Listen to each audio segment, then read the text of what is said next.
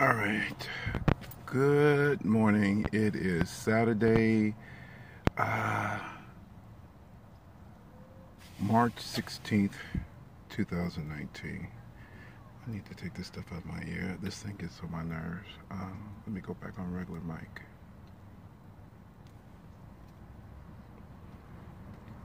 Yeah, I was listening to my music. I had to go up there and get some more of those chicken wings. I had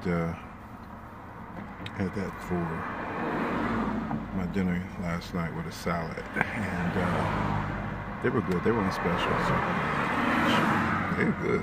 That was some avocado ranch dressing. There's a dip, nice side salad, fruit. I was happy. I had craved a fish sandwich, and on my way up to the store, I get this feeling of sadness over me, and I said, "What's wrong?" He said, "You'll see."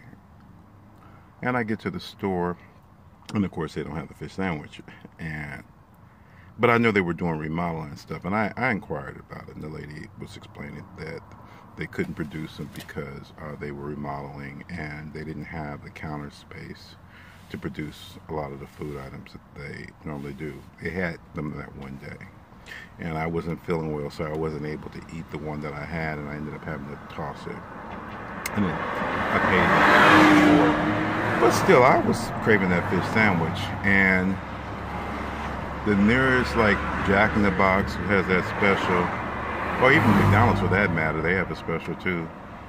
I mean, I have to walk some ways. And I knew what the sadness was. It was, my father just letting me know. He said, I don't like really disappointing you. And I said, but you haven't disappointed me.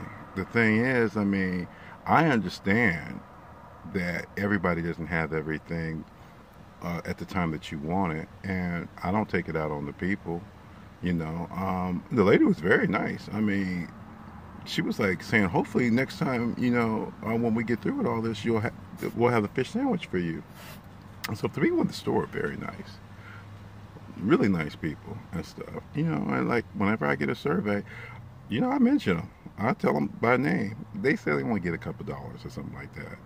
They said, well, some recognition. I said, they need to do more for y'all than just give you a couple dollars for a survey, a positive survey. But that's neither here nor there. How about this coffee? Because I've been drinking instant coffee for several months now, and my father was like, "You go ahead and get that coffee." And I'm like, he said, "No. It's coffee bean and tea leaf. You like a good cup of coffee, get your coffee." So I got my coffee. He was going over some stuff with me last night, because as you can see, I got my hair cut. And once again, he said, "I want you to be camera ready." I said, "Yeah, but I was camera ready before." He said, "Yeah, the first time you thought you were going on an interview, and then I sidelined you. And the next time you thought I was going to do something, and again I sidelined you. But I want you to know that I'm not going to continue to do that."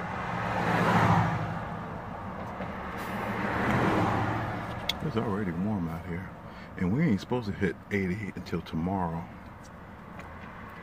But that's neither here nor there. The butterflies are out. People are marveling over them. And they were trying to figure out why they were at that water source. And I said, that's because they're getting a drink. They get a drink, and then they come up and they go look for flowers.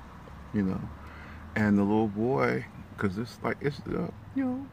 day is the Sabbath. So they on their way to the temple, and the little boy said, "I almost caught one, but then I just let them go." I said, "That's good, because we need them in nature, making more butterflies and and spreading the beauty and stuff." And then he saw a wing on the ground, and I said, "Yeah, it's just the wing." I said, "Unfortunately, the birds will eat them and stuff," because that was one thing I was looking at as I was walking through a swarm of butterflies, and they were just magical, and they were just like very good eyesight, and they would pivot. They saw me coming, and they would pivot around and above me and all that kind of stuff, and it was no big deal for them. But then I saw this bird circling above, and I said, oh no, the birds are having a field day. But at the same time, hey, we know the birds, they got to eat too. And they got families to take care of too. Such is life. Now, I had a really good conversation with my barber yesterday. And we just went over some stuff. And a lot of it was perspective. And it was no different than a conversation I had with this guy, Mr. Artificial Intelligence. Because he's had his share of studying the metaphysical and things of that nature. And he has his own opinions. And there's a lot of common ground there too that we were able to talk to each other about. But at the same time, we narrowed it down that really it's not even so much about disagreement, it's about perspective. You know, one's perspective versus the other. Now, what happened in New Zealand was a travesty. It was a tragedy because I know for a fact that those people weren't doing anything other than, praying, giving thanks to Allah, God, the Father, for providing for them, because many of them were refugees and they had come out of some horrendous territories, and they found a place of peace where they could just worship and be kind with one another. And even my barber was talking to somebody saying that, because they asked him, was he still house sitting? And he said, no, not anymore, but where I was at, he was describing how there were various faiths there. There was a mosque, there was a Jewish temple, and then there was some other modality. It might have been Christian. I'm not really sure what he said. I caught only a piece of the conversation, but he was saying that people were intermingling, and they were just enjoying each other's company, which is what it's supposed to be about. See, a lot of people talk about how hurt they are from religion as man has practiced it, and that is very real. But the thing is, to trash a whole institution because of the bad apples you were exposed to is no different than me trashing everybody who calls himself being a spiritist and whatnot. You reverted to pretty much type. Because you said that's what you identify with. Now, I'm not mad at you for what you chose to do. Because like I said, Doreen flipped. But Doreen flipped because she had no choice. Because all of a sudden she hit what was her trigger point. And many of you might or might not, because see, the spirits are an interesting breed. They're a confusing breed. And I don't talk to them all. Just because I'm sensitive enough to open up and be able to take in what they're talking about, I don't do that. Because I'm the first one to tell you, they will impart some information to you that can prove to be very toxic in the long run. And at the same time, they leave telltale signs with you. Most people who open up, once they open, even though they have their little protocol for shutting down, that don't mean that they have to, the spirits have to respect that. In fact, once you open up, you are open. When my father extracted everything out after I had studied what he wanted me to see and understand what was going on and why people were getting so caught up, he put me on timeout and he started extricating all that stuff. And there was stuff that I know that was laying in wait and hiding. And they had to get all that stuff out of me before I could return to the world. Now, the only person that I really talk to is him. Doesn't mean that I don't have guides or angels that come around and I can't hear them, but they know I'm inclined not to listen to them and stuff. And they say, you need to talk to him because he ain't listening to us. And he said, I'll talk to him. And he does. You know, he talks to me in a way that only he can, and I know it's him. Because I said, I'm not doing anything that's going to get me in trouble with you and stuff. Because I already know you pissed about a lot of stuff, and that's not what I've always ascribed to be. That kind of person that brings grief to your doorstep. I only wanted to bring you love. I wanted to exhibit it in the world. I wanted to share it with people, and that's that. But the thing is, I know not everybody necessarily celebrates or even understands my brand of love. And that's fine. That's why I was told to leave you alone. And I taught that. Leave people alone.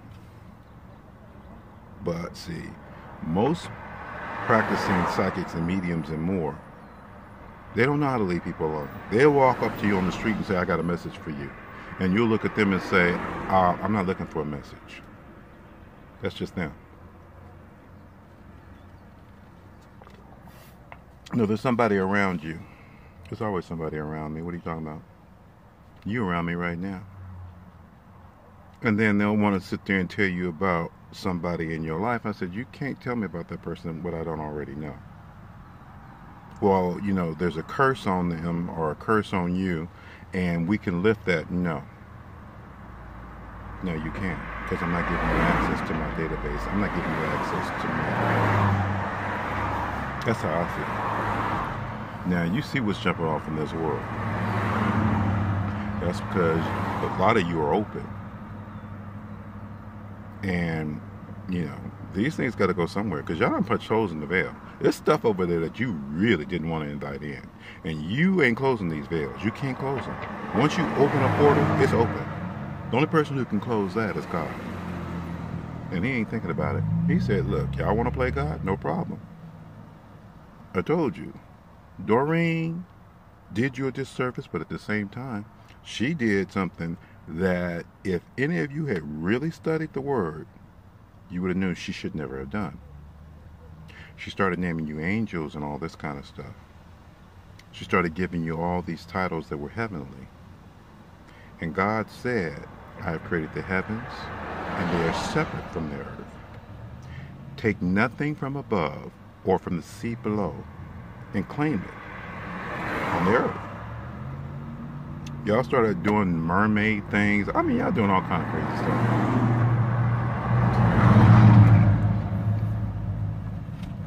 Identifying with animals and what animals are guiding you and all that kind of stuff. And I mean, seriously.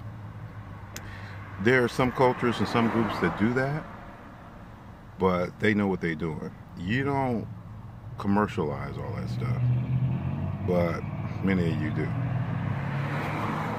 The Muslim faith, they'll tell you that the whole problem they have with the Western culture is the commercialism. Not everything is up for sale. Not everything is up for grabs. But that's not a mark of commercialism. If you can put it in a bottle, if you can put it in a book, if you can sell it, you're going to sell it. And you do it for $1. And you say that you're entitled to do it because, you know, Earth is a school and this is where you learn. Well, if that's the case, then you won't have a problem learning the consequences of your actions. And for those of us who do not sell our shit, because it is our shit, given to us by the Most High, and our relationship with Him is the most precious thing we have. And we ain't selling it off, not for $1.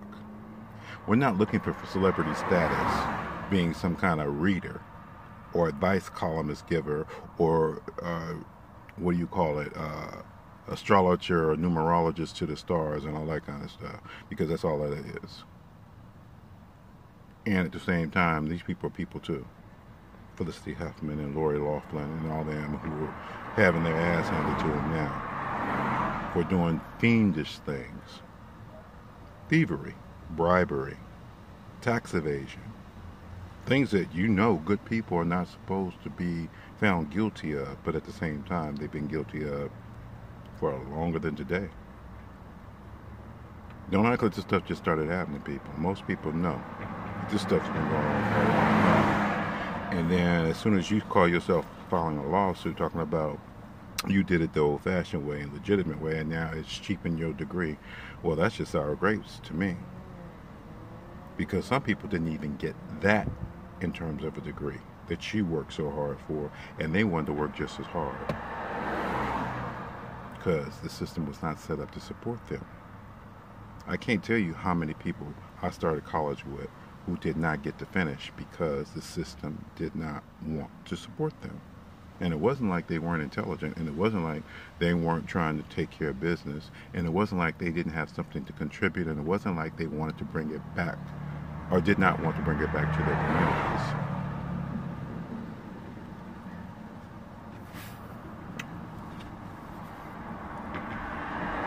You walk in the office of the Black Student Union newspaper office and ask where so-and-so was who had been editor-in-chief, and they said he's gone. He's gone. Yeah, he couldn't get the financing he needed to stay here at school, so he had to check out.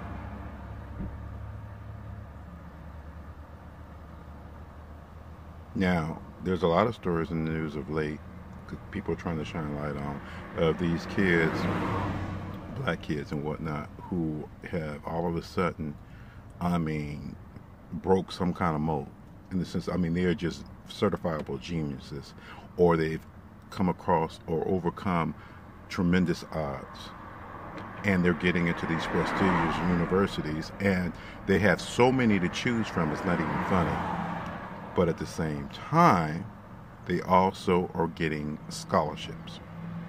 Now I'm going to tell you, that's good on one hand, but let me tell you why it's not so great. To have so many offers on the table means they have a placeholder now for you, which means until you respond to what your pick is, those other schools don't know to extend an offer to somebody else. It's great that you're getting these offers, but please don't sit on them and celebrate this as some kind of crowning achievement too soon. As they say, shit or get off the pot. Pick a school. When you put in all those applications, it wasn't like you didn't think you were going to get in somewhere. It's just like you were playing a game with yourself to prove something to yourself. So now here it is being doled out, all this stuff. Wherever you go, you're going to have to work. Now, if you put in for the school, that means you know where the school is located, you know what their strengths are, as far as any program that you think you want to follow. So you should be able to narrow down a prospective school real quick, which means that you can start letting those people know that you know you ain't going to entertain. I'm not going there. And don't keep that placeholder there just in case you wait too late. And because they have oversold how many tickets they put out there, golden tickets. I suggest you lock something in place real quick. And if the kids aren't looking at this, if the parents are looking at this, that's what you need to start telling your kids. We've already prepared for this. Come on. It's great that the high schools on these programs have helped you with these fees, these application fees, because they are quite costly. I know. I put in for several schools, and I got accepted at, I guess, Oberlin College, and I was like, I don't want to go there. I don't even remember why I even selected them. But I let them know right away I didn't want to go there. I knew what school I wanted to go to. I wanted to go to UCLA. And I told them right away, yeah, I'm coming. They said, well, we need you to satisfy a requirement. No problem. I'll satisfy that requirement, but I'm coming. I got in on deferred admission. I don't want to go to Ohio. And whatever some other school I got in, I think it was UC Irvine or something. I said, I don't know nobody in Irvine. I knew what their strengths were and stuff. I said, but I ain't into none of that stuff. UCLA is where I wanted to go because they were doing the stuff that I wanted to do when it came to the arts. And that's what I was interested in. And my mother, even though, bless her heart, said, you know, you always have to have something practical to fall back on. That's how I became an accountant. Didn't study for it. I mean, I took some accounting courses and I had an aptitude for it. But I mean, I just wanted to understand the business. So I learned enough about the numbers so that it could translate into a business model for me. That when I started working in the industry, I could understand contracts and how things were constructed in the terms of the deals and stuff of that nature, as well as get my creative fix in. Meaning I was learning about how they were scripting things, how they were pitching things, what things would work and what things wouldn't. I did have a plan. You might want to do the same. And that's what my father wanted me to really just touch bases with you on. It's warm out here. I'm coming back from this store and I got my breakfast or lunch because it's almost, you know, we're approaching that time. And I don't need to be sitting out here in this truck because, like I said, this truck retains heat. Like, so it's really pleasant outside, but it gets hot in this truck, even though I got the windows rolled down. But I just wanted to let you know that, especially since we're approaching the point of graduation and whatnot, education is important to me. I'm not gonna lie. One thing I did try to do was give back to educational processes and stuff like that, scholarships and things of that nature. I will make contributions because I believe in education.